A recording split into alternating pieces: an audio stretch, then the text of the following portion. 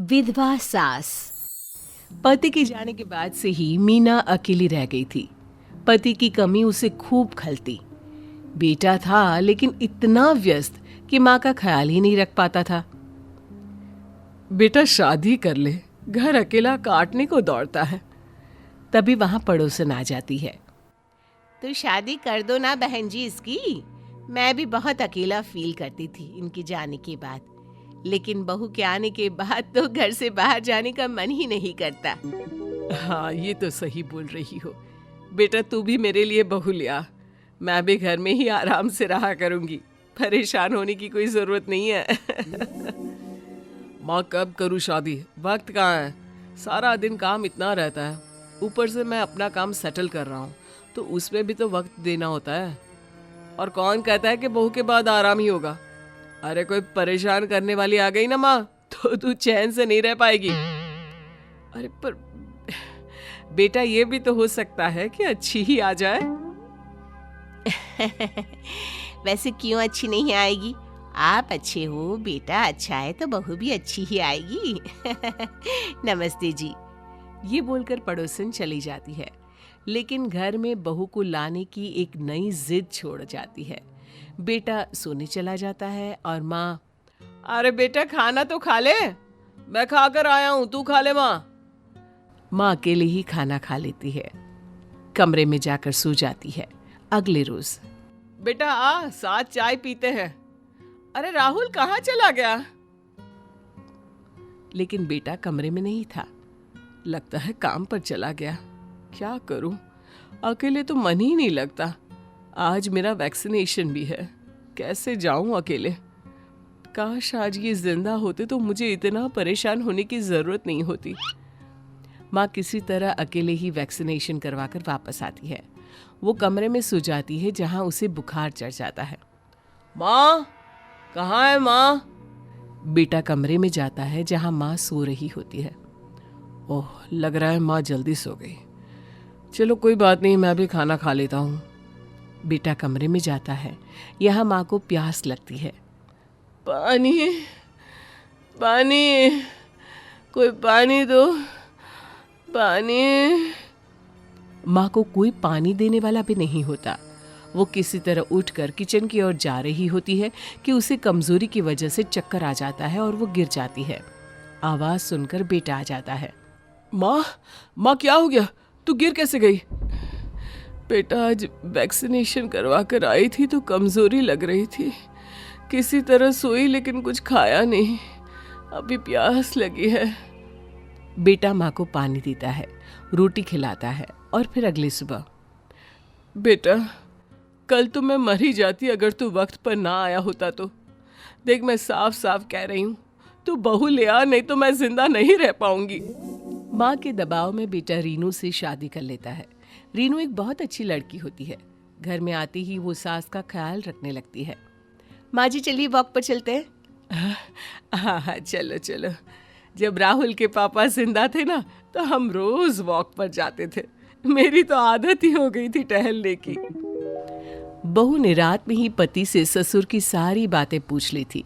वो अब हर काम वैसा ही करती जैसे कभी राहुल की पापा उसकी माँ के लिए किया करते थे। माँ जी मेरे कहने पर ये गुड़ की चाय ट्राई करिए, पी कर देखिए बहुत अच्छी लगेगी। सास चाय हाथ में लेकर भावुक होकर रोने लगती है। अरे लाइए माँ जी, चाय दे दीजिए, इतनी भी बुरी नहीं बनी मेरी चाय कि आप रोने लगे। माँ जी प्लीज, सॉरी। अरे नहीं नहीं बेटा, मुझे तो तेरे ससुर की याद आ गई। वही बनाया करते थे चाय मेरे लिए, गुड़ वाली। अरे ये तो अच्छा है ना, पापा जी की तरह मैं बनाया करूंगी गुड़ वाली चाय आपके लिए। पता है माँ, ये चाय सेहत के लिए भी अच्छी होती है। हाँ, तेरे ससुर जी भी यही कहा करते थे। होते तो कितना खुश होते इतनी अच्छी बहू पाकर। सास का जीवन अब अच्छा गुजरने लगता है। कुछ दिनों में उसकी तबीयत भी ठीक हो जाती है। माँ जी आपकी सारी रिपोर्ट अच्छी आई है, अब तो आप मीठा भी खा सकती हैं। ये लीजिए कल्लू हलवाई की जलेबी, आपको पसंद थी ना? हाँ, बहू कल्लू हलवाई का तेरे ससुर जी के साथ सच्ची दोस्ती का रिश्ता था। मुझे याद है, वो थे तो कभी कभी मेरे लिए गर्मा गर्म जलेबी लाते थे। उन्हें क्या पता था कि उनके जाने के बाद मुझे इतनी बीमारी घेर लेगी। माँ जी, आपकी बीमारी ने नहीं, आपने बीमारी को अपने आसपास घेर लिया है। माँ, हर रिश्ता जीवन में जरूरी है माना, लेकिन वो नहीं है तो उसके बिना भी खुद को ठीक रखना जरूरी है। पिताजी जहाँ भी होंगे आपको खुश देखना चाहते होंगे, है ना?